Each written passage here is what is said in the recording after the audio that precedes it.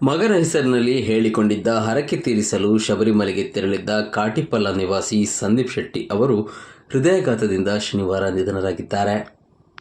ಶುಕ್ರವಾರ ಅವರ 10 ವರ್ಷದ ಮಗನ ಹರಕೆಯ ಸಲುವಾಗಿ ಮಗನ ಜೊತೆ ಶಬರಿಮಲೆಗೆ ತಂಡದೊಂದಿಗೆ ಹೊರಟಿದ್ದು, ಅಯ್ಯಪ್ಪ ಸನ್ನಿಧಾನದ 18 ಮೆಟ್ಟಲು ಬಳಿ ಹೃದಯಾಘಾತದಿಂದ ನಿಧನರಾಗಿದ್ದಾರೆ ಎಂದು ತಿಳಿದುಬಂದಿದೆ. ಕಾಟಿಪಲ್ಲ ನಿತ್ಯಾನಂದ ಭಜನಾ ಮಂದಿರದ ಪ್ರಧಾನ ಕಾರ್ಯದರ್ಶಿಯಾಗಿ, ಕೇಸರಿ ಯುವಕ ಮಂಡಲದ ಪದಾಧಿಕಾರಿಯಾಗಿದ್ದರು. ನಿತ್ಯಾನಂದ ಕ್ಯಾಟರರ್ಸ್ ಅನ್ನ ನಡೆಸುತ್ತಿದ್ದರು. ಅವರಿಗೆ ತಂದೆ, ತಾಯಿ, ಪತ್ನಿ, ಪುತ್ರ, ಪುತ್ರಿ ಇದ್ದಾರೆ.